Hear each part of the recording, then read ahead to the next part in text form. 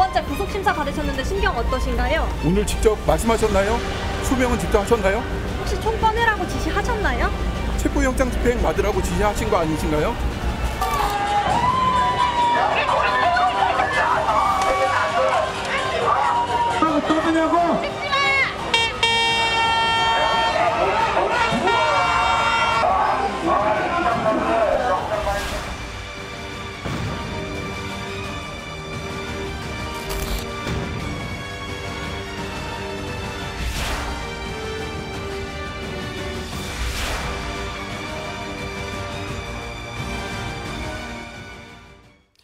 네, 윤석열 전 대통령이 오늘 새벽 2시에 결국 다시 구속됐습니다. 석방된 지 124일 만에 재구속입니다.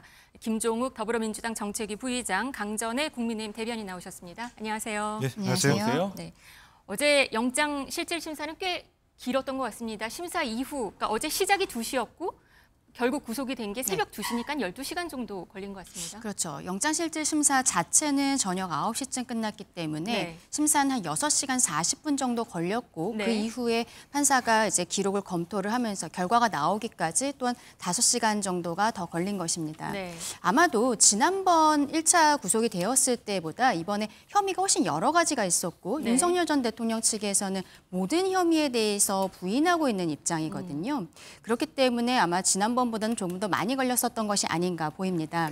특검에서는 특히 178페이지 정도 수준의 PPT를 준비했었다라고 이야기를 했었기 때문에 이게 뭐 1분에 한 장씩 했다라고만 해도 특검 측에서 하는 것만 한 3시간 정도가 걸린 것이고 그리고 거기에 대해서 윤석열 전 대통령 측에서도 방어하는 논리를 이야기를 했을 것입니다. 그리고 마지막으로는 판사가 양측의 이야기를 들은 다음에 본인이 궁금한 부분들에 대해서 이야기를 하게 됩니다.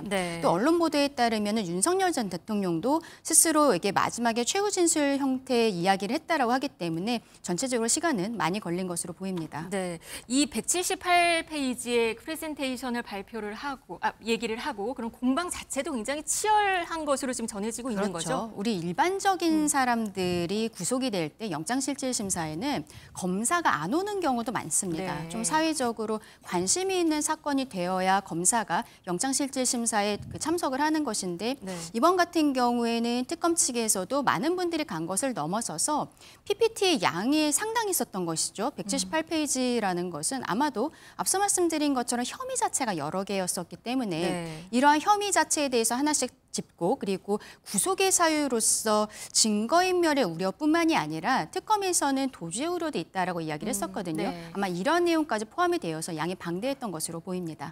구속 결정을 하면서 딱 나온 말은 이거였어요. 증거인멸 염려 요 얘기만 있었거든요. 그러니까 최근 사건 관계자들을 불렀는데 그 진술이 약간 번복이 됐잖아요. 이게 회유였다라는 이런 특검 측의 주장을 이거를 법원이 받아들인 걸까요? 증인 회유, 이게 증거 인멸로도 이해될 수가 있는 부분인 건가요? 그렇죠. 증거라는 것은 관련자들의 진술, 이런 것들도 다 증거로 보고 있거든요. 그렇기 때문에 아마도 저도 개인적으로는 법원에서는 증거인멸의 우려라고만 하고 구체적인 사유는 이야기하지 않았습니다만 국무회의에서의 문제, 이런 것들보다는 지금 강희구 전 부속실장 그리고 김성훈 전 경호처 차장의 진술이 조금 번복된 부분들, 여기에 대해 더 중점적으로 본 것이 아닌가라고 생각합니다. 네, 윤 전 대통령은 그리고 영장실질심사 최후 진술에서 20분간 입장을 피력했다고 합니다.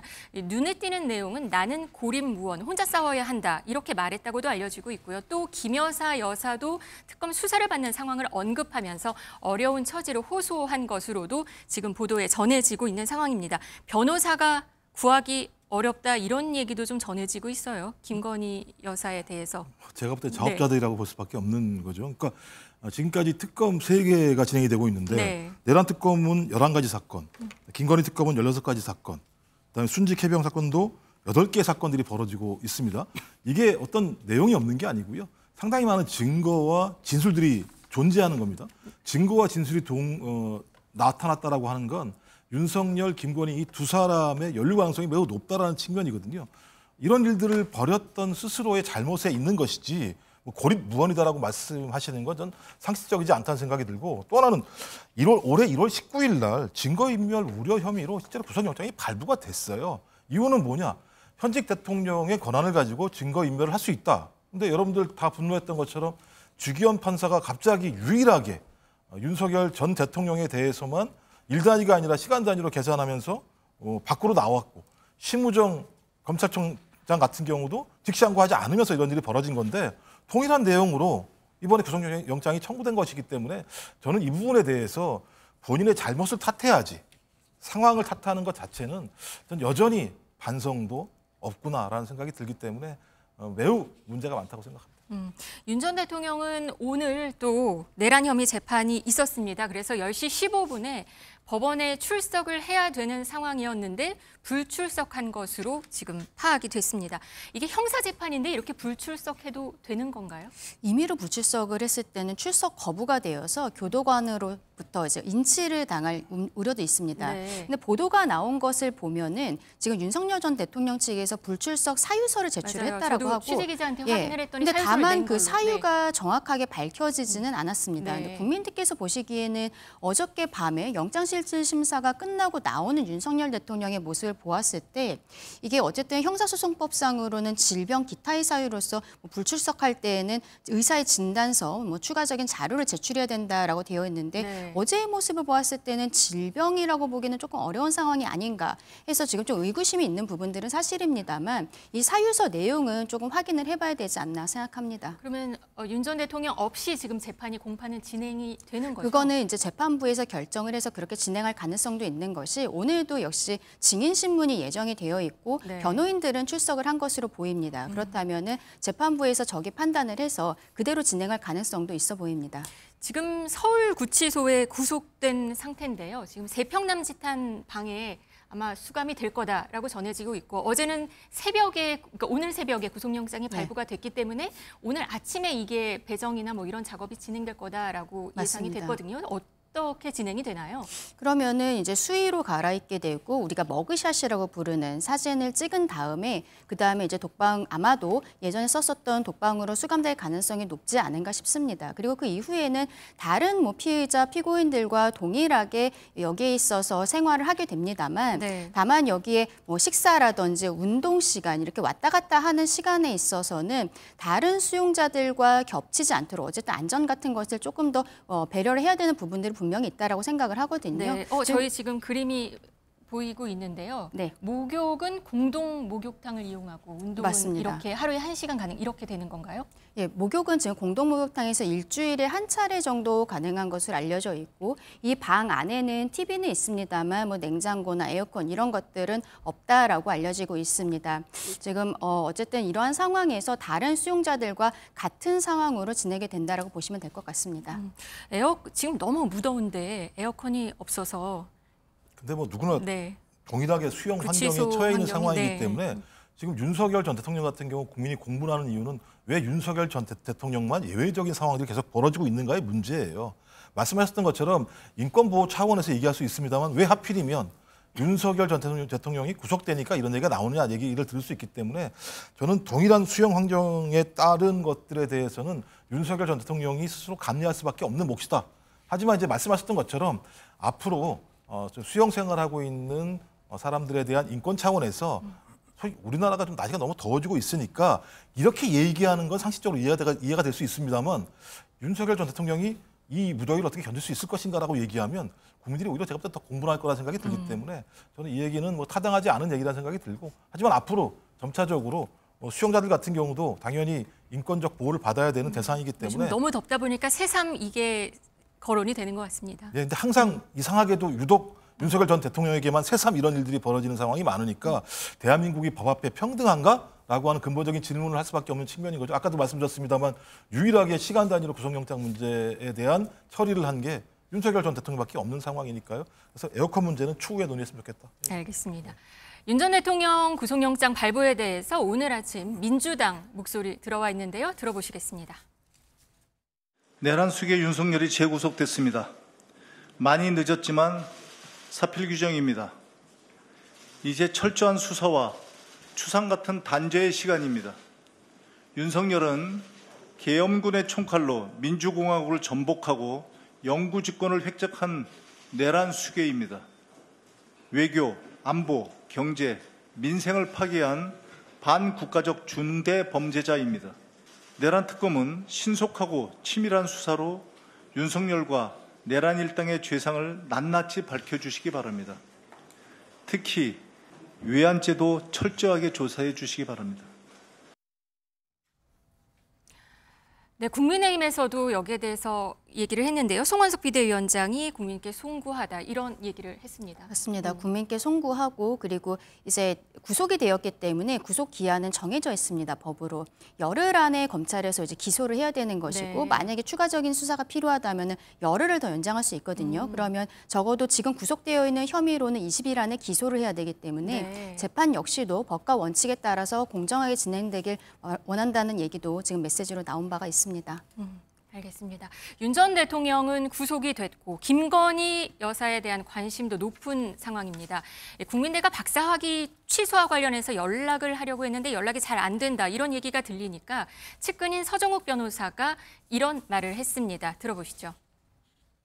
김건희 여사만 이게 뭐 집에 있겠지만 또 요즘 집에 안 있고요. 네. 요즘 이게 또 그 코바나 거의 자주 나가 있습니다. 집에 그래요? 거의 없어요. 제가 집에 갔을 때 김 여사님이 코바나 가 있고 없더라. 집에 워낙 좁고 하니까 이제 그 김건희 여사 휠체어를 타고 병원에서 퇴원한 모습이 있는데 자택에 있지 않고 코바나 사무실에 가 있다고 하니까 이거에 대해서는 특검 쪽에서는 그렇게 우호적인 상황은 아니게 될 것 같습니다. 그러니까요. 휠체어 타고 있다가 집안에서 사진을 찍히니까 걸어다녔다는 거 아니겠습니까? 제가 그래서 이제 아마 많은 관심이 있으니까 자택보다는 본인 사무실에 내려가 있다는 생각이 드는데, 그러니까 제가 서정욱 변호사처럼 저렇게 얘기하시면 안 돼요.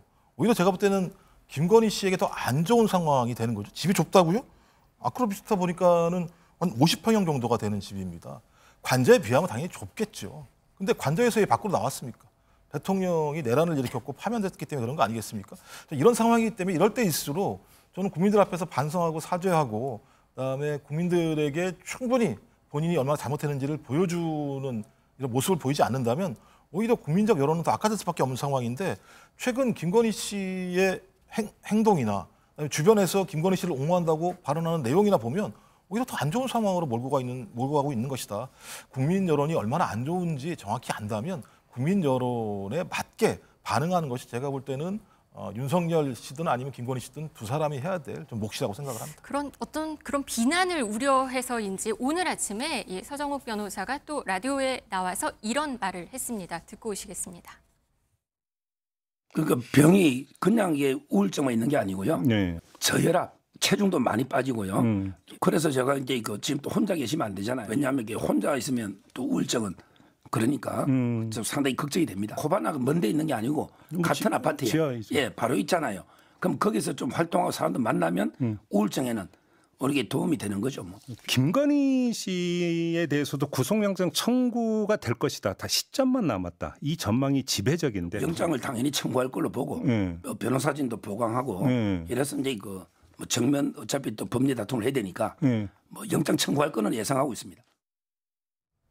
특검이 곧 김건희 여사에 대해서 구속영장을 청구할 것으로 보고 준비를 하고 있다 이렇게 말을 했습니다. 그리고 우울증 얘기를 했어요. 1층 사무실에 간 거는 우울증에 도움이 좀 될 것이다. 좀 말이 조금 달라지긴 했습니다. 그렇죠. 아무래도 뭐 우울증으로 입원을 했었다라는 것은 전 국민이 다 알고 있는 것이고 그리고 퇴원 이후에 집에서 쉬고 있는 것이 사진에 찍혔었기 때문에 심리적으로 그 부분에 대해서도 굉장히 부담감이 있지 않을까 생각을 합니다. 그래서 차라리 사무실에 나가 있는 것이 낫겠다라고 생각을 하는 것이고, 다만 지금 이 이야기가 나온 것은 뭐 국민대라든지 이게 서류가 송달이 되는 과정에서 왜 송달이 되지 않는 것이냐, 이 이야기가 사실상은 중점적인 것이었거든요. 네. 서정욱 변호사 말로는 코바나 콘텐츠에 가 있기 때문에 집으로 오는 서류를 받을 수가 없다. 그리고 이런 것들은 다른 사람들도 뭐 이재명 대통령도 과거에 받지 않았다라는 이야기들을 하고 있습니다만, 이런 것들은 국민의 눈높이에 맞는 해명이라고 보기는 좀 어려울 것으로 보이고, 어쨌든 서류라든지 이런 것들은 정당하게 받는 것이,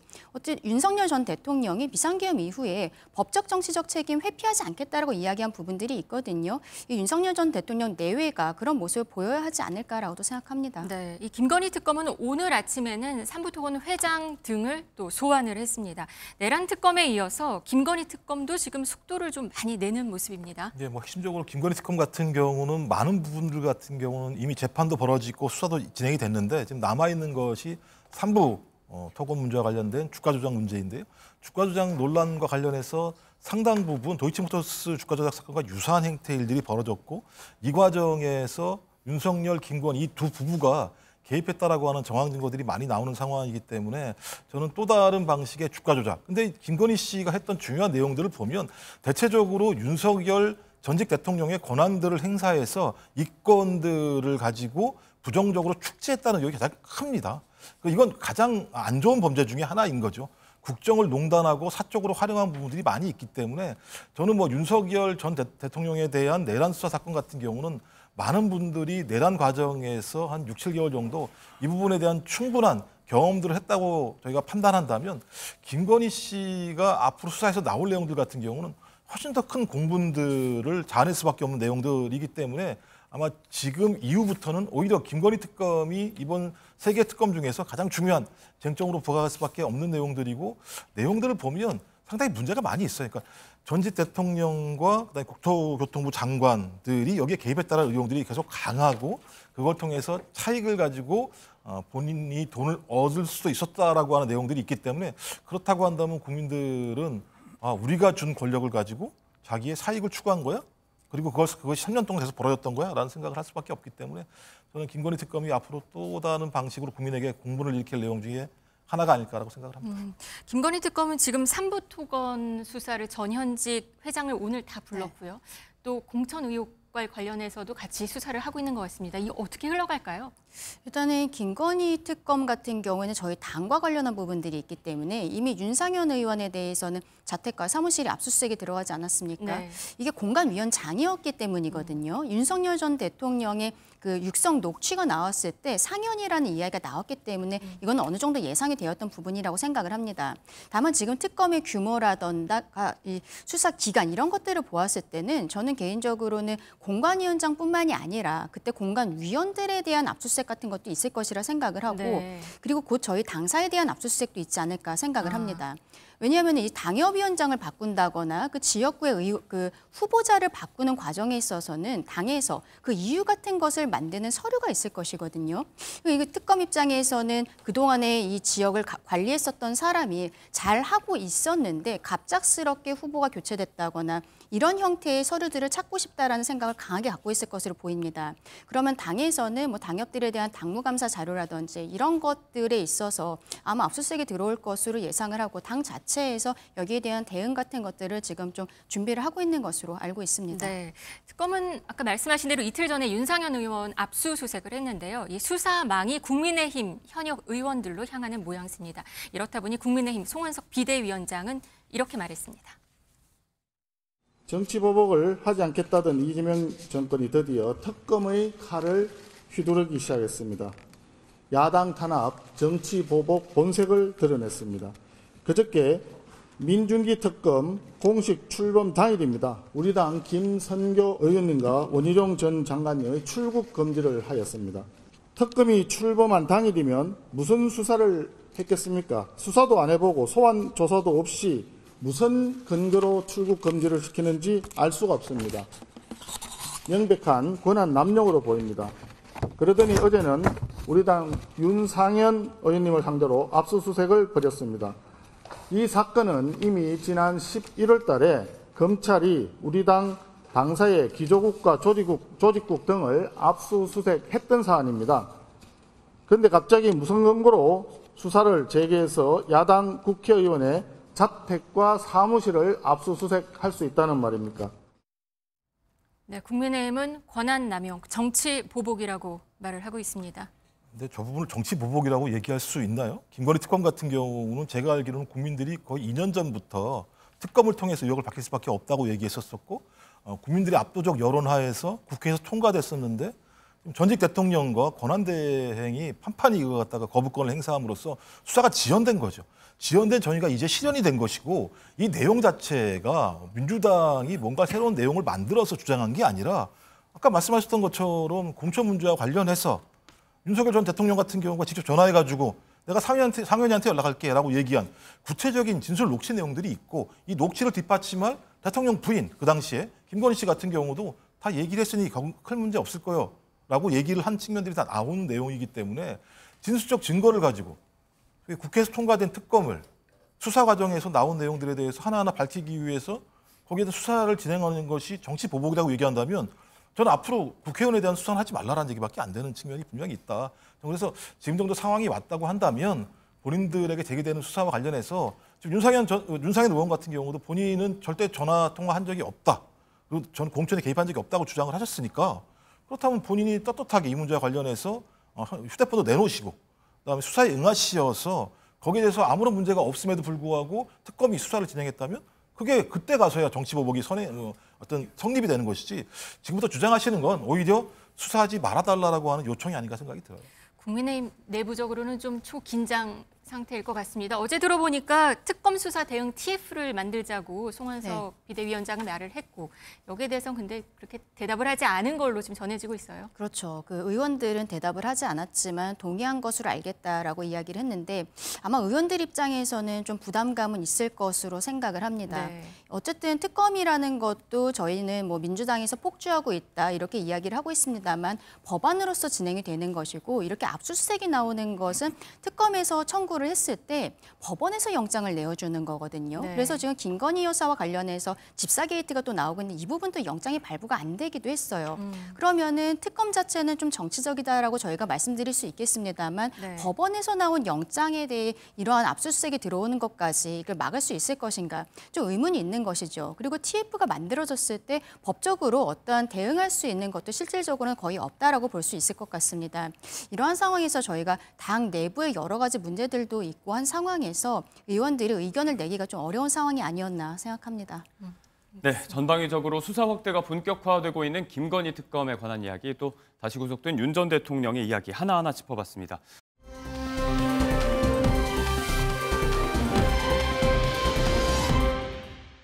민주당의 얘기입니다. 오는 8.2 전당대회에 출마하는 당대표 그리고 최고위원 후보자 등록이 오늘 시작됐습니다. 오늘의 후보 등록일인데 앞서 이제 정청래와 박찬대 의원의 2파전으로 일찌감치 양상이 굳어져 있는 가운데 두 후보가 모두 이제 후보 등록을 하고 오늘 각각 유튜브 기자회견을 통해서 출마를 본격화했습니다. 일단 오늘 19일부터 충청권을 시작으로 해서 순회 경선이 오는 2일까지 지금 열리는 일정이죠, 부의장님? 네, 그렇습니다. 지금 한 달 동안의 레이스가 벌어질 것이고 권역별로 진행이 되는 상황이기 때문에 일단 지금 민주당에 있는 권리당원들 같은 경우는 좀 머리가 아픈 상황이에요. 그러니까 두 사람 다 내란 과정에서 이재명 당대표 그 당시 함께 내란을 극복한 중요한 역할들을 했었었고 그런 역할들을 한 두 사람이 경쟁을 하고 있기 때문에 누굴 뽑아야 될 것인가 고민이 많은 상황이고요. 그래서 언론에서 나오는 내용들은 당심은 정청래 전 법사위원장, 그다음에 국회의원들의 생각들은 박찬대 전 원내대표라고 얘기하는데 저는 그렇지만은 않다고 생각을 합니다. 가장 중요한 핵심적인 내용들은 오히려 무응답증이 너무 많아요. 판단을 하지 못하겠으니까. 그래서 응답을 하지 않는 사람들이 있는데 이 응답을 하지 않는 사람들이 권역별로 진행되는 맨 마지막 순간에 어느 쪽으로 손을 들어줄 것인가라고 하는 부분들이 가장 중요한 상황이어서 지금 나오고 있는 여론조사는 제가 볼 때는 큰 의미가 있는 건 아닌 것 같다라는 생각이 들고요. 좀 시간이 지나면 지날수록 국민들이 생각할 때, 그리고 당원들이 생각할 때 어떤 당대표가 이재명 대통령과 케미가 맞을 것인가라는 부분이 가장 중요한 관전 포인트일 것이고 아마 투표하는 포인트가 될 거라고 생각을 합니다. 당대표 도전을 공식화한 두 의원, 두 후보 간의 우열을 점치기가 힘들다. 뚜껑을 좀 열어봐야 될 거란 말씀이신데 관건이 될 게 이제 대통령의 의중 이런 것도 그렇지만 호남의 민심이 키포인트로 지금 꼽히고 있어요. 일단 지금 전당대회에서 가장 또 비중이 높은 게 권리당원 표심이기 때문에 가장 많은 권리당원이 또 운집해 있는 게 호남 지역이고 두 후보의 이전 행보도 이것과 무관치 않다는 얘기들을 많이 하더라고요. 호남이라기보다는 수도권이 가장 많이 있죠, 실제적으로. 그래서 수도권 민심이 가장 중요한데 수도권 같은 경우가 제가 아까 말씀드렸던 것처럼 무응답층이 많은 지역이 이쪽 지역입니다. 그러니까 이쪽 지역이 7월 말 쏠림 현상이 발생할 것인가에 저희가 주목해야 될 것 같고요. 당연히 호남이라고 얘기하는 건 적어도 당심을 반영하는 중요한 바로미터 중에 하나이기 때문에 호남에서 어떤 흐름이 나올 것인가라는 부분들이 수도권 어떤 권리당원들한테 영향을 미칠 수밖에 없는 측면이 있죠. 그래서 계속 말씀드린 동안 핵심적으로는 무응답층이 네. 어떻게 반응할 것인가의 문제인 거다. 그렇다면 그 무응답층의 핵심적인 고리는 대통령과 당대표가 어떤 위치에서 어떤 네. 협력 관계를 해야 될 것인가, 그리고 거기에 누가 적합할 것인가의 문제가 핵심적으로 등장할 수 있는 상황이기 때문에 지금 얘기하는 부분들 같은 경우는 별 의미가 없을 것 같다. 그리고 뭐 민주당 권리당원들 같은 경우는 매우 전략적인 판단들을 하는 경우들이 예. 많이 있습니다. 옛날 과거에는 호남 권리당원들이 그런 판단들을 많이 했었는데 최근에는 수도권에 있는 권리당원들 같은 경우가 매우 전략적인 판단들을 많이 하고 수도권의 압력 자체가 오히려 하방하는 경우도 있어요. 호남으로. 그래서 네. 뭐 많은 분들이 계속 지금 호남에 관심을 갖고 계십니다만 제가 볼 때는 오히려 무응답층이 많이 분포되어 있는 네. 수도권의 권리당원들이 어떤 흐름을 할 것인가에 주목하시는 것이 훨씬 더 당선이 누가 될 것인가에 근접할 수 있는 접근 방법이 아닐까 생각을 합니다. 호남이 갖고 있는 어떤 상징적인 의미를 넘어서 새로운 키포인트로 이제 수도권의 표심, 당심 이야기를 좀 얘기를 해주셨고요. 말씀하신 이 당정대 간의 유연한 연계, 통합 이런 것들을 강조해왔던 건 박찬대 의원이고 반대로 이제 정청래 의원 같은 경우는 최전방 공격수로서 좀 개혁에 있어서 대통령과는 다른 굳은 일을 좀 도맡아 하겠다 이런 점들을 내세우고 있는데 두 후보의 결이 이렇게 비슷한 듯 다르다 보니까 이제 두 후보끼리는 클린 선거 이런 것들 얘기하고 있지만 지지자들을 중심으로는 조금 과열 양상도 보이는 것 같습니다. 앞서 이제 최민희 의원은 네. 정청래 의원 지지 선언을 했다가 당원들에게 문자 폭탄을 받기도 했다고 하던데요. 그렇죠. 근데 아마 이제 전당대회가 마지막으로 갈수록 의원들이 누구를 지지하고 있는지에 대해서는 명확하게 밝힐 것으로 생각을 합니다. 예. 특히 왜냐하면 이번 당대표 같은 경우는 내년에 지방선거를 생각할 수밖에 없고 그 공천권을 생각을 해야 되는데 지금 민주당에서 내년 뭐 경기도지사가 이미 뭐 과열되고 있다는 이야기들도 나오고 있는 게 네. 사실이거든요. 근데 지금 보면은 정청래 의원은 이재명 대통령과는 약간 결을 달리하고 있지 않나라고 저는 생각을 하는 게 최근에 더 파워풀이라고 김어준 씨가 기획했던 행사에 예. 정청래 의원은 가지 않았어요. 뭐 일정이 있어서 가지 않았다라고 이야기하지만 박찬대 의원이 일정이 있어서 가지 않았지만 정청래 의원은 참석을 했었거든요. 근데 이게 그런 일들이 있다 보니까 뒤에서는 이재명은 어떻게 보면 박찬대를 밀고 있고 김어준은 정청래를 밀고 있는 것이 아니냐, 둘의 대리전 아니냐 이런 이야기들이 많이 나오고 있습니다. 최근에 그 특활비를 부활을 하는 과정에 있어서 대통령실뿐만이 아니라 검찰 특활비도 부활을 했는데 이러한 예산은 결국 정부에서 편성을 하는 거잖아요. 예. 정청래 의원이 그 대외적으로 명확하게 이 검찰 특활비 부활하는 거 문제 있다라고 이야기를 한 부분들이 있습니다. 네. 그러니까 대통령은 지금 어떻게 보면 중도 확장적인 메시지들을 굉장히 많이 내고 있는데 정청래 의원은 오히려 조국혁신당도 이야기하고 있는 굉장히 강성적인 발언들을 많이 하고 있거든요. 온도차가 좀 있죠. 네, 어제도 보면은 내란 특검법을 박찬대 의원이 발의를 할 때 특이한 것이 박찬대 외 115명인 거예요. 그 특검법의 내용도 조금은 좀 강성적이고 그리고 위헌적인 내용들도 있다라고 저희가 판단하고 있는데 이것을 실제로 법안을 뭐 실행을 하는 것보다는 지금 내 주위에 115명의 의원이 있다 이런 것들을 보여주기 위한 것이 아닌가. 세를 결집한 걸 다시 한 그렇죠. 것이다. 그러니까 결국에는 이 당대표 선거가 뒤로 갈수록 굉장히 뜨거워질 것이고 네. 원내대표 선거 때도 김병기 의원 배우자의 녹취가 나오지 않았습니까? 이렇게 좀 네거티브적인 부분도 마지막에 가면 나올 수도 있겠다라고도 생각합니다. 앞서 말씀하신 자리에서 이제 또 문재인 전 대통령의 모습이 보였던 것도 화제가 됐는데 바깥에서 보기에는 이런 대립 구도들도 좀 이렇게 보이는 것 같고 안에서도 이제 박찬대 의원 지지 SNS 모임 같은 곳에서는 강성 지지자들과 온건파 지지자들 간의 어떤 격쟁도 있었다 이런 이야기도 전해지고 있습니다.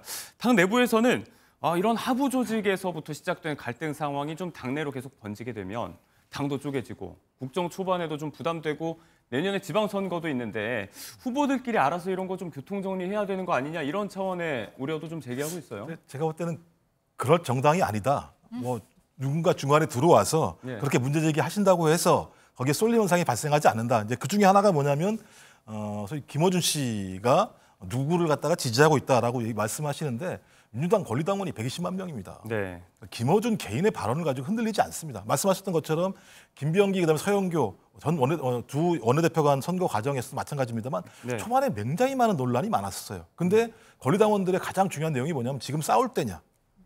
서로가 예를 들면 좋은 내용을 가지고 건강하게 경쟁을 하라고 하는 압력이 강해지기 시작하면서부터 그런 문제 제기했던 분들 같은 경우가 많이 댓글에서 사라지는 형태가 발생했습니다. 이번도 마찬가지입니다. 박찬대에다 정청래 두 의원은 가나다 순으로 말씀드린 겁니다. 두 분 같은 경우는 기본적으로 찐친이에요.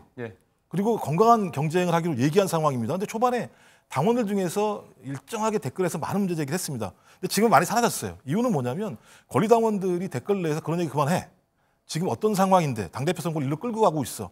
지금 중요한 부분들은 대통령이 일을 잘하고 있는 상황이고 국민적 여론을 잘 받고 있으니 예. 당대표는 거기에 맞는 어떤 역할을 할 것인가.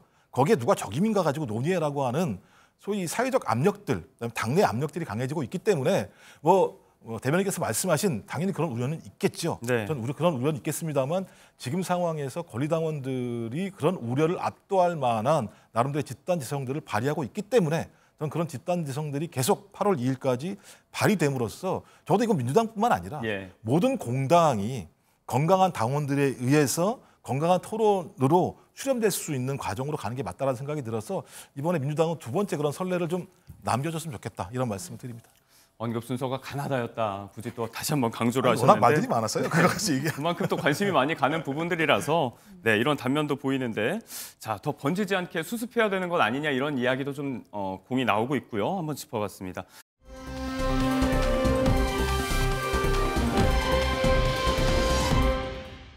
오는 14일 다음 주 월요일이죠. 내각 인선 장관 청문회가 1대1로 열릴 예정입니다. 일단 그 첫 주자가 여성가족부 장관 후보자 강선우 현역 의원인데 그간 다른 후보자들에 대한 의혹이 계속해서 불거질 때 강 후보자에 대한 이야기는 좀 잠잠한 측면이 있었는데 어제 한 매체 보도를 통해서 강 후보자의 의원 시절 갑질 의혹이 제기됐습니다. 일단 5년간 보좌진에 대한 교체가 실제로 이루어진 건수가 실제로 좀 많았다. 그리고 또 집사처럼 부렸다. 이런 차원의 의혹까지 좀 제기가 된 것 같습니다. 그렇죠. 지금 그동안의 강선우 후보자와 관련해서는 본인보다는 배우자와 관련한 의혹들이 있었습니다. 예. 스톡옵션을 재산 신고를 하지 않은 것이 아니냐. 그리고 이 건물을 직접 지었다라는 것이 변호사를 하면서 가능한 것이냐. 이런 의혹들이 있었던 것인데 네. 지금 나오는 것은 강선우 후보자에게는 약간 이미지라든지 이런 것들이 타격이 있는 거예요. 강선우 후보자를 여성가족부 장관으로서 지명을 하면서 대통령실에서는 사회적 약자를 위한 정책 전문가라고 이야기를 했는데 어쨌든 국회의원과 보좌진들 간의 관계는 누가 보아도 갑을 관계가 있는 것입니다. 그런데 본인과 늘 함께하고 있는 보좌진들에게 뭐 변기를 고치게 했다라는 등 그리고 네. 쓰레기를 버리게 했다라는 등 이런 의혹들은 어쨌든 본인은 부인하고 있습니다만 이미지와 그리고 또 여성가족부 장관으로서 과연 맞는 것인가 대통령실에서 이야기한 내용과는 좀 사뭇 다른 인선이 아니었던 것인가라는 의혹들이 나오고 있는 상황입니다. 네. 뭐 이제 해당 보도에서 제기됐던 집 쓰레기를 보좌진에게 버리겠다든지 뭐 집안에 있는 고장난 변기를 수리하게 했다. 이런 부분이 이제 취재원의 증언을 통해서 나온 얘기인데 이게 만약에 사실이라고 하면 지금 대변인께서 제기해 주신 대로 앞서 얘기한 뭐 사회적 약자를 위한 정책 전문가 이런 후보자의 강점 이런 것도 좀 퇴색되는 거 아닌가 이런 우려가 나오고 있습니다. 일단 여기에 대한 강선우 후보자의 입장 표명이 지금 있는 거죠, 부의장님. 어떻게 이야기를 하고 있습니까? 일단 이 부분과 관련해서 본인이 인사청문회 과정에서 충분히 설명하겠다고 얘기를 했는데요. 네. 이렇건 저렇건 제가 볼 때 매우 아픈 대목들이죠. 이런 부분과 관련해서 말씀하신 것처럼 이재명 대통령이 장관으로 지명할 때 사회적 약자를 위한 정책 전문가이고 제가 알기로 이제 제가 강선우 의원을 개인적으로 압니다만 본인도 이 문제와 관련해서 상당히 관심이 많은 상황들이 분명히 있어요. 네. 근데 이제 본인이 의정활동에 대한 욕심이 있을 수 있었겠죠. 의정활동을 잘하고 싶은. 하지만 의정활동을 잘하고 싶은 욕심 자체가 상식을 벗어나는 형태로 나타나게 된다면. 네. 왜냐하면 의원실 구조 자체가 다 아시겠습니다만 의원은 갑일 수밖에 없고 보좌진은 을일 수밖에 없습니다.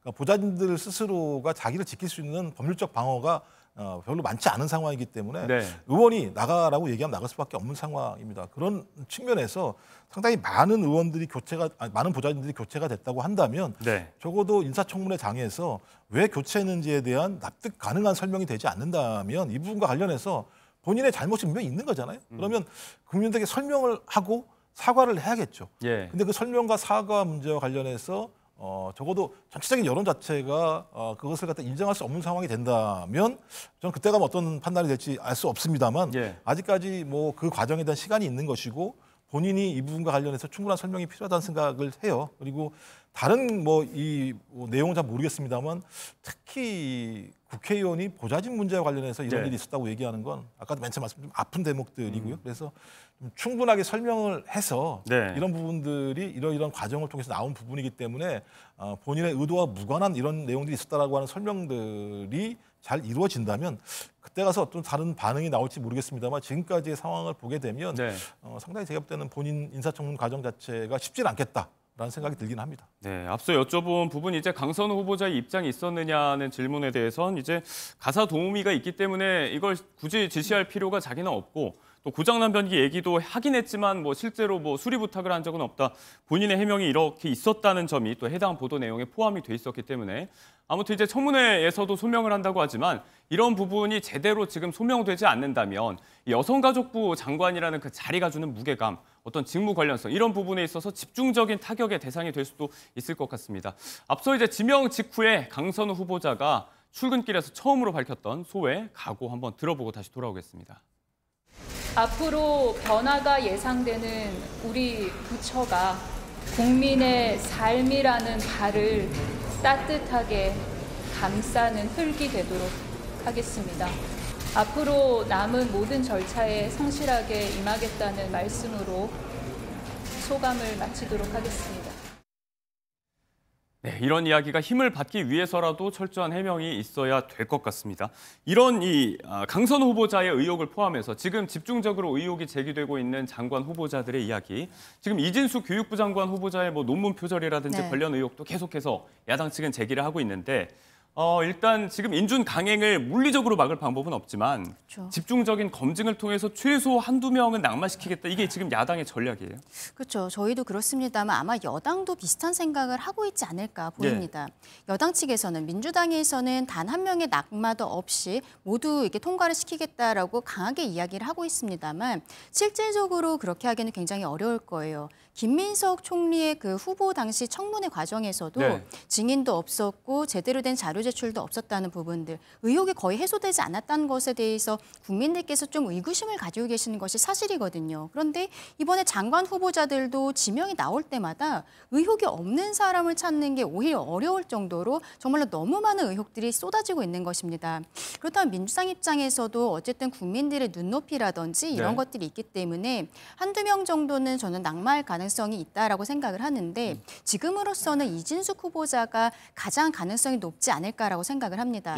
교육부 장관으로서 특히 제자의 논문을 표절했다는 의혹이라든지 그리고 자녀가 유학을 가는 과정에 있어서 현행 법을 위반했다는 의혹이라든지 교육부의 수장으로서 맞지 않는 부분들이 분명히 있는 거거든요. 그리고 정치적으로 보았을 때는 민주당에서는 이번에 그 장관 후보자 중에 현직 의원들이 굉장히 많잖아요. 이분들보다는 어떻게 보면 우리와 그동안에 같이 하지 않았었던 분들, 말하자면은 지금 이진숙 후보자 그리고 권오울 후보자 같은 경우에는 함께 그동안에 계속 같이 해왔던 정치적 동지라는 생각들은 별로 갖고 있지 않을 것이라고 생각하거든요. 그래서 만약에 낙마를 한다면 저는 이진숙 후보자와 권오울 후보자 정도가 되지 않을까라고 생각합니다. 그 차원에서 좀 전략적으로 타겟을 좁혀서 지금 공세를 취하고 있다고 봐도 되는 거죠? 지금 아마 여당 측에서 그렇게 생각하겠지만 저희 쪽 입장에서는 국민의 입장에서는 지금 여러 가지 상황들이 굉장히 심각한 것들이 많이 나오고 있거든요. 정은경 후보자 같은 경우에도 국민적인 지지도가 굉장히 원래 높았었던 분들이고 그리고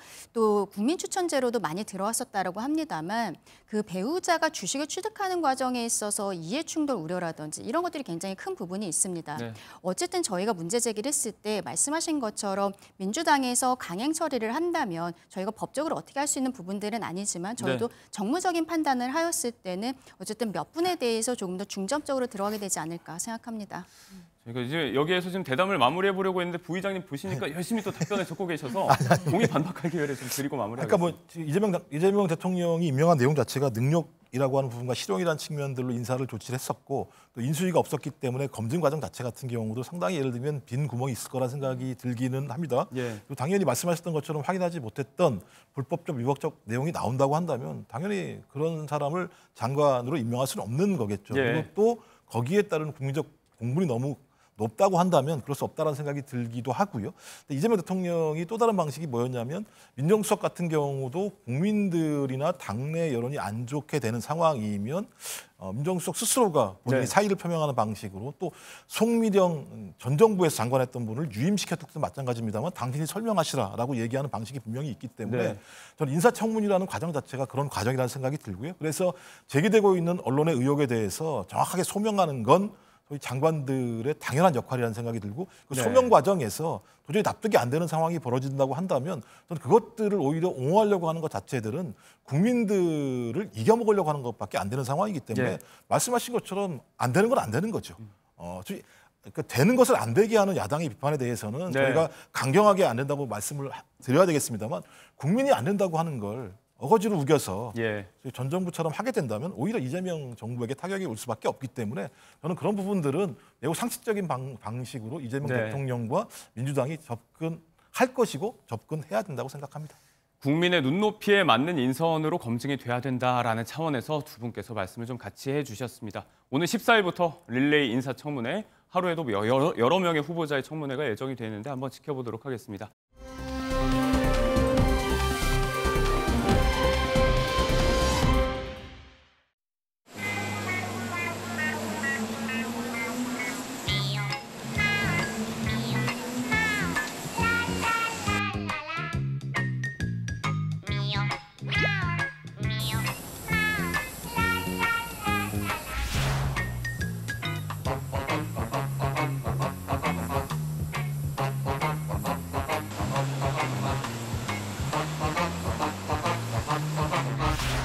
accroître notre dépendance à l'industrie américaine.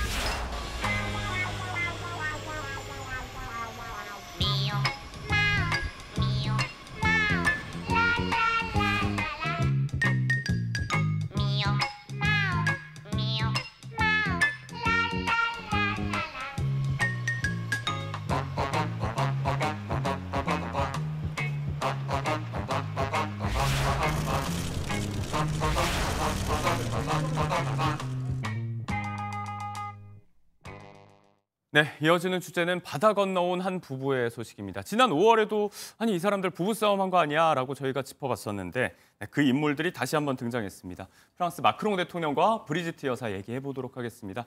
박진아 아나운서 그리고 양지민 변호사 두 분과 함께합니다. 어서 오세요. 안녕하세요. 자, 이 25살 연상연하 커플, 프랑스 마크롱 대통령 커플의 불화설이 다시 한번 재점화됐습니다.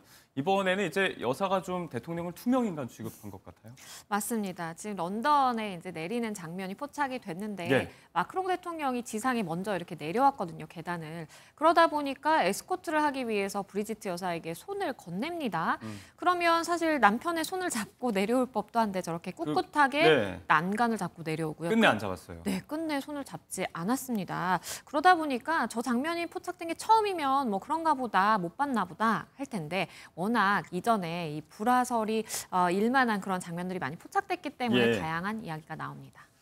전용기에서 내리는 그 찰나의 순간이 포착된 건데 이후에 또 차를 타고 이동할 때도 안에서 좀 냉랭한 분위기가 감지됐었다면서요? 그렇습니다. 의전 차량을 타고 이동할 때도 이런 불편한 분위기는 이어졌습니다. 마크롱 대통령이 브리지트 여사에게 말을 건네는데 눈길도 주지 않고 휴대전화를 쳐다봤다고 하는데요. 당시 취재진에 따르면 마치 일부러 마크롱 대통령을 무시하거나 또 거부하는 듯한 그런 모습이었다고 합니다. 그렇지만 윈저성에 도착을 해서는 분위기가 다소 누그러진 모습이었습니다. 네. 마크롱 대통령이 손을 내밀었는데 이를 거부하지도 않고 팔짱을 낀 채 이동을 했다고 합니다. 앞서도 드린 말씀이지만 이 얘기가 처음이 아니죠. 지난 5월 베트남 순방 때도 이제 똑같이 대통령이 내민 손을 난간에서 브리지트 여사가 거절하는 모습도 있었고 심지어는 이제 기내에서 좀 뺨 때리는 거 아닌가? 그런 것처럼 보이는 모습도 포착이 됐었어요. 그렇죠. 저 기내에 이제 문이 너무 일찍 열린 겁니다. 그러다 보니까 브리지트 여사가 마크롱 대통령의 볼을 이렇게 밀치는 모습이 그대로 포착됐고요. 네. 저게 나중에는 뭐 장난이었다, 뭐 도착해서 그냥 하나의 웃고 넘길 일처럼 이야기가 됐지만 저 영상을 실제 확인해 보면 마크롱 대통령도 예상하지 못했던 그런 좀 눈치거든요. 네. 그걸 보자라고 한다면 두 사람 사이에 뭔가 사이가 좀 좋지 않고 감정이 나쁘고 그런 과정에서 브리지트 여사가 뺨을 때린 것 아니냐, 민 거 아니냐라는 네. 이야기가 나옵니다.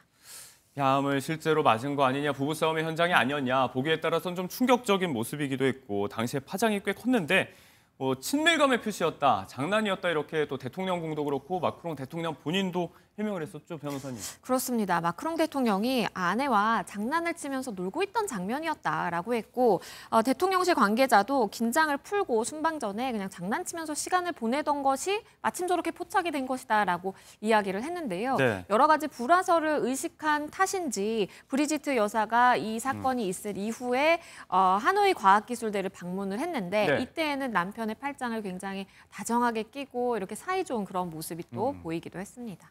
당시에 이제 뭐 세계적으로도 화제였지만 가장 또 관심이 많았던 건 프랑스 국민들이었을 것 같아요. 어떤 반응들이 있었을까요? 네.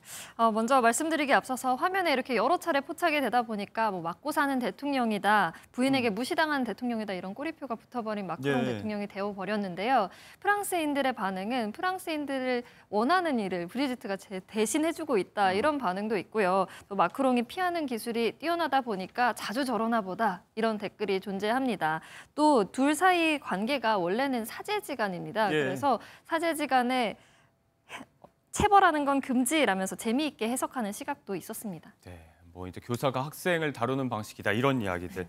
난 선생이고 넌 학생이야. 예전에 이런 유명한 드라마 대사 이런 것도 떠오르는데 이 두 사람이 이제 사제지간 또 어떤 25살의 나이 차이를 극복하고 또 이뤄낸 러브 스토리 이런 걸로 또 굉장히 유명하잖아요. 맞습니다. 사제지간에 결혼을 하게 된 것도 그리고 나이 차이가 그렇게 많이 나는 것도 충격적인데 그런데 더불어서 마크롱 대통령이 친구의 어머니였어요. 예. 실제 같은 반 친구의 엄마랑 추후에 결혼을 하게 된 겁니다. 그러다 보니까 그때 당시에도 두 사람의 러브 스토리가 굉장히 많이 각광을 받았었고 네. 뭐 지금 나이로 따졌을 때 마크롱 대통령은 47살 그리고 브리지트 여사의 경우에는 72살이다 보니까 정말 어마어마한 나이 차로도 주목을 받았죠. 네, 25살 차이 뭐 연상연하 뭐 사제지간이었던 걸 떠나서 이제는 부부 그것도 전 세계적으로 이제 굉장히 주목을 받는 이제 공인된 대통령과 영부인의 관계인데 공식석상에서 자꾸 이런 모습이 노출되는 거 더는 장난이라고 좀 치부하고 넘어가기는 좀 어렵지 않을까라는 생각도 드는 해외 소식이었습니다.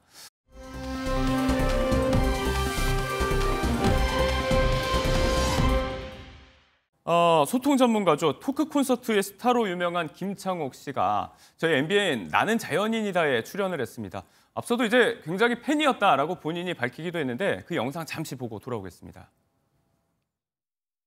8, 9년 전에 너무 힘들었을 때 제가 아무도 모르게 정신과를 다녔는데 그때 나는 자연인이다도 몰래 저 혼자 봤는데 말 없는 말로 저한테 위로를 준 프로그램이다. 나도 저런 생활을 뭐 조금 해보면 어떨까. 이제 흔히 중이 제 머리 못 꺾는다 이런 얘기를 하잖아요. 또 토크 콘서트 현장에서도 그렇고 쇼품 콘텐츠로 이제 발언들이 많이 돌아다닐 때 그걸 보면서 또 많이들 위로받고 치유받고 한다. 심적으로 많이 의지하고 있다 하는 팬분들이 많이 계신데 정작 본인이 이렇게 정신과를 다녔다는 얘기는 저도 이번에 처음 알았어요.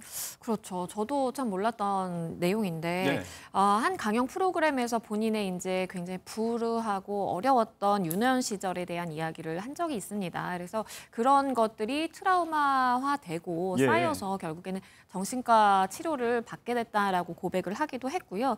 이 아버지가 좀 이제 폭력성이 있으셨던 것 같아요. 그러다 보니까 어린 시절에 좀 많이 맞기도 했고 그래서 이제 아버지라는 존재와 이렇게 애착 형성이 제대로 되지 못하다 보니까 본인의 이제 쌍둥이 아들들이 있는데 아들들과도 관계가 좀 원활하지 못했다라고 고백을 하기도 했고요. 다만 이 정신과 치료를 받으면서 아이들과의 관계도 회복을 했고 과거에 있었던 그런 트라우마적인 경험이라든지 아픔에서 좀 많이 벗어났다라는 경험도 공유했습니다.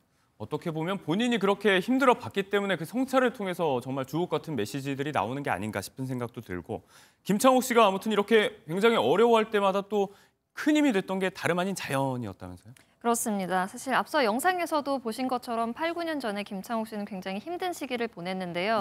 나는 자연인이다 프로그램이 굉장히 말없는 말로 위로해줬었던 그런 프로그램이다라고 말을 했습니다. 이 프로그램을 통해서 나도 자연에서 살아보고 싶다라는 생각을 했다는데요. 김창옥 씨의 원래 고향이 제주도입니다. 그래서 당시 힘들었을 때 제주에 사는 친구가 연락이 왔는데 그럼 이참에 제주를 내려가 봐야겠다라는 생각이 들었고 가서 해녀 물질, 옹기 굽기 등을 배우면서 자연 속에서의 삶을 살아보기도 했다고 전했습니다. 아마 자연이 김창옥 씨에게는 몸과 마음을 치유해주는 그런 공간으로 기억되고 있는 듯합니다. 자연이 주는 힘 같은 것들 아마 조용히 이 프로그램을 시청하고 계신 많은 우리 중장년층 세대 시청자분들께서도 공감하는 바가 클 것 같습니다.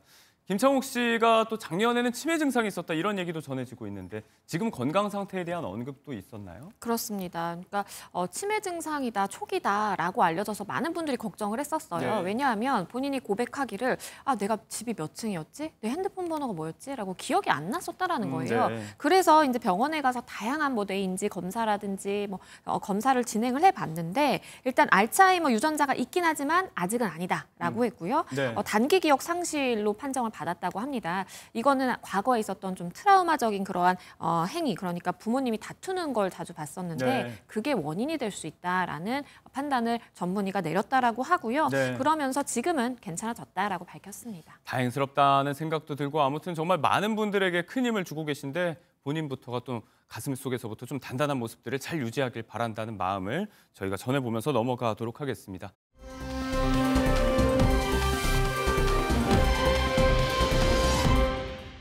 이 연예면을 넘어서 경제면도 굉장히 큰 지면을 차지했던 큰 소식입니다. 새 정부의 주가 조작, 원 스트라이크 아웃 1호 사례가 되는 걸까요? 하이브의 방시혁 의장이 고발 위기에 처했습니다. 일단 그 관심이 갔던 그 하이브의 상장과 관련된 문제 제기가 있는데 관련된 과거의 영상들 한번 보고 오겠습니다. 상장 주식회사로서 주주 및 사회에 대한 깊은 책임의식을 느낍니다. 주요 기관 투자자뿐만 아니라 주주 한 분 한 분의 가치 제고를 위해서 투명성, 수익성, 성장성, 그리고 사회적인 기여 등 다양한 관점에서 최선의 노력을 기울이겠습니다. 물론 많은 분들이 하이브를 포함한 국내 엔터테인먼트 기업들이 대단하다고 평가해 주시고 격려해 주십니다. 하지만 겸손이 아니라 현업에 있는 이들은 지금의 인기가 반짝 지나가는 것이 되면 안 된다는 위기감, 사명감 속에서 매 순간 사력을 다하고 있습니다.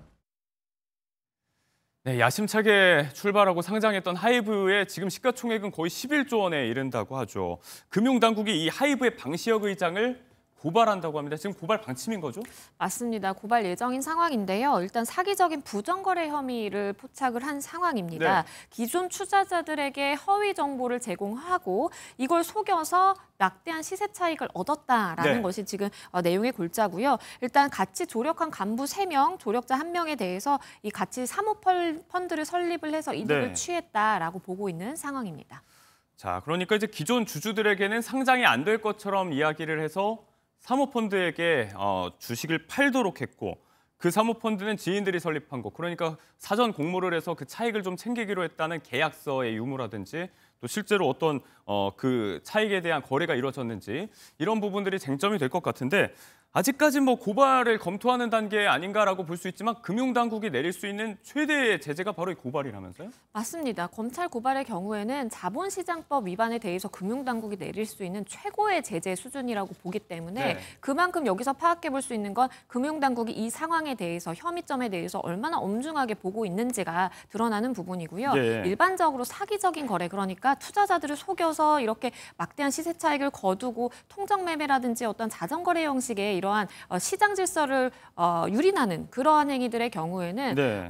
실제 고발에 이르고 만약에 혐의점이 포착이 돼서 사실로 입증이 된다면 중대한 중처벌을 피하기는 좀 어려워 보입니다. 지금 이제 앞서도 잠깐 이야기했지만 이재명 대통령이 취임 초기부터 이런 주가 조작이라든지 어떤 사기 거래에 관해서는 다시는 주식시장에 발을 들이지 못하게 하겠다. 강하게 엄포한 상황이고 또 같은 날 금융당국이 원 스트라이크 아웃제로 대표되는 불공정 거래 대응 강화 방안을 발표한 상황입니다. 이런 부분들이 지금 방 의장의 고발이 이루어진다면 혐의가 다 이렇게 밝혀진다면 적용될 가능성도 있는 걸까요? 그런데 소급 적용되기는 좀 어려운 측면도 있습니다. 예. 왜냐하면 지금 말씀해 주신 원 스트라이크 아웃제 관련해서는 네. 지난 1월, 작년 1월 그리고 지난 4월부터 이제 일부 시행이 되고 있는 상황인데 네. 지금 방시혁 의장에게 포착된 혐의 같은 경우에는 수년 전에 일어났던 일이에요. 그래서 과거에 있었던 범죄 행위의 기준으로 시점을 잡기 때문에 이것을 소급해서 적용하기는 좀 어려워 보이고요. 네. 다만 양형이라든지 수사기관의 시각에 있어서 그러한 점들이 일부 반영될 수는 있습니다. 네, 하이브와 방시혁 의장은 여기에 대해서 어떤 입장을 좀 내고 있나요? 네, 어제 하이브는 유감의 표시를 전했는데요. 심려를 끼쳐드려서 송구스럽다라는 입장을 전했습니다. 예. 일단 이 경찰의 사실관계에 있어서 적극적인 협조를 하겠다고 밝힌 상황입니다. 다소 시간이 걸리더라도 당시의 네. 상장이 법률과 규정을 준수해서 했음을 충실히 소명하겠다고 이야기를 한 상태입니다. 네, 세계적인 관심을 받아왔던 그리고 지금도 화제의 중심에 있는 하이브의 방시혁 의장에 대한 금융당국의 고발 방침이요. 다만 이제 사모펀드의 방 의장 말을 듣고 주식을 팔았다고 하는 이 투자자들, 기존 투자자들의 향후 대응에 따라서 이게 또 법적 공방으로 비화될 가능성도 있으니까요. 관련돼서 이제 금융당국의 발표라든지 또 고발 이후의 상황도 한번 지켜보도록 해야 되겠습니다.